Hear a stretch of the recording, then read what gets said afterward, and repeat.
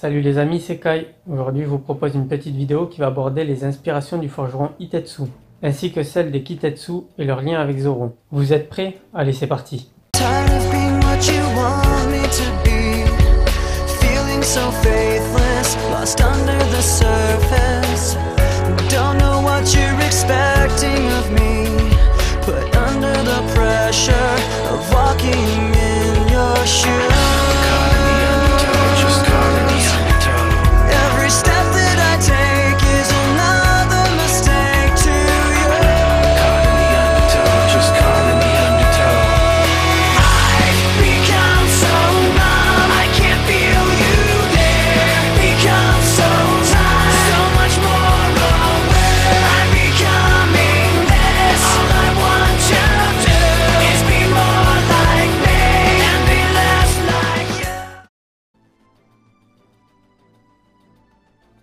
Dans le chapitre 911, nous apprenons qu'Hitetsu est le descendant de Kotetsu, le forgeron ayant forgé les 3 Kitetsu.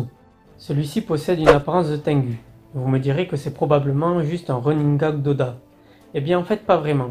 Outre le fait que les Tengu soient farceurs et signe de mauvais présages, ils sont également considérés comme de grands guerriers doués aux arts martiaux, vivant dans des arbres, mais aussi comme des maîtres forgerons.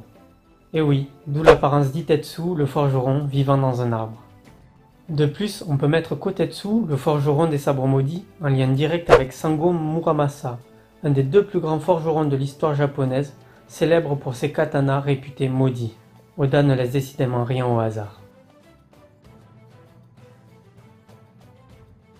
Nous savons qu'il existe 3 Kitetsu dans One Piece. Le Shodai faisant partie des 12 sabres de premier rang, Saijo Owazamono, le Nidai faisant partie des 21 grands sabres, Owazamono, et le Sandai faisant partie des 50 lames de qualité supérieure, Ryo Wazamono. Et nous savons également que Zoro a reçu le Sandai Kitetsu d'Hippomasu, le venteur de sabre de Lockdown, après avoir eu le courage de tester la malédiction.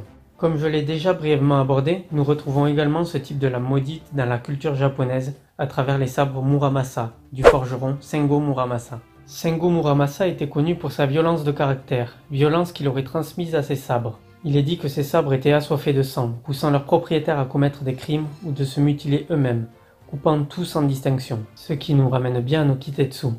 Le second plus grand forgeron japonais était Okazaki Masamune, et ses sabres étaient le symbole du shogunat des Tokugawa. Il est dit également que ces lames étaient réputées pour leur pureté, et que contrairement aux Muramasa, elles ne font pas couler le sang, ne tranchent pas les innocents, et laissent passer ceux à qui elles ne sont pas destinées. Avec ces informations, nous pouvons ici mettre en parallèle les 3 types de sabres que possède Zoro. Le Sandai Kitetsu, le sabre démoniaque coupant sans distinction. Le Wado Ishimonji, blanc et pur, ne coupant que ce que son propriétaire désire, comme à Alabasta, où Zoro passe sa lame sur les branches d'un cocotier sans les trancher, mais découpe ensuite une pierre. Et enfin, le Shusui, trésor sacré et symbole de Wano Kuni. Par ces 3 sabres, Oda nous ramène aux lames des 2 meilleurs forgerons de katana de l'histoire, les lames maudites, les lames pures, le symbole du shogunat. Je pense que l'intégration du Nidai Kitetsu n'est pas anodine. En effet, Oda l'intègre sciemment. Et dans quel but, me direz-vous? Car oui, Zoro a déjà ses 3 sabres, et Luffy semble vouloir se battre avec le Nidai. Mais soyons sérieux, Luffy a juste pris la pause dans le 912, et même si dans le chapitre 913 nous pouvons penser qu'il se battra avec, il n'est pas fait pour se battre au sabre, on le sait tous. Donc pourquoi est-il intégré? Pourquoi Luffy choisit précisément ce sabre? Et non, ce n'est pas pour remplacer le Sandai Kitetsu, mais il ira bien à Zoro. Et pourquoi à votre avis?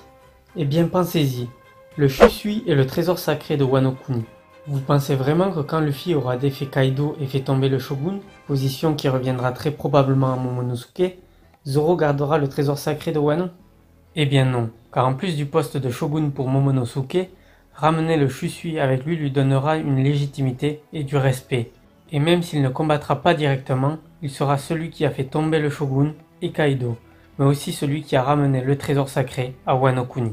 Et donc nous pouvons clairement penser que le Shusui restera à Wano en tant que symbole de l'investiture du nouveau Shogun que serait Momonosuke. Pour moi cela paraît logique que le Nidai Kitetsu remplace le Shusui, qui font partie de la même classe des 21 grands sabres, et qui donc sont équivalents. Zoro posséderait donc 2 sabres maudits. Et tiens donc, Oda a fait le choix de créer 3 sabres démoniaques. Pas 1, pas 2, mais 3. Zoro est considéré comme un démon, affilié aux Ashura, et il utilise 3 sabres. Il est clair que si Zoro récupère le Nidai, il aura forcément le Shodai dans un futur plus ou moins proche. D'ailleurs, il y a de fortes chances pour qu'on ait déjà vu le Shodai. Et oui, comme beaucoup l'ont remarqué, nous constatons une très forte ressemblance entre les gardes du Sandai et du Nidai.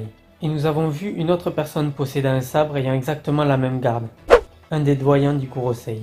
Je pense donc que Zoro sera amené à récupérer le Shodai, probablement en battant le doyen. Et vous allez me demander, mais que deviendra le Wado Ichimonji, le sabre préféré de Zoro? Eh bien le Wado Ichimonji ne lui appartient pas vraiment. Koshiro a seulement accepté que Zoro le prenne. C'est pour ça que je pense que Zoro rendra le Wado à son vrai propriétaire. Soit Kuina, si elle est toujours en vie, ou sera déposé sur sa tombe lorsque Zoro aura réalisé son rêve après avoir récupéré le Shodai, ou soit le rendre à Koshiro, qui est son vrai propriétaire vivant connu.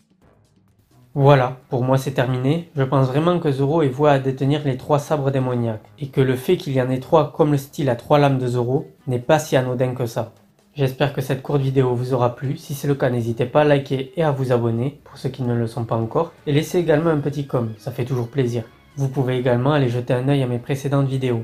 Et n'oubliez pas, faites-vous votre propre avis, et nous, on se dit à la prochaine les amis.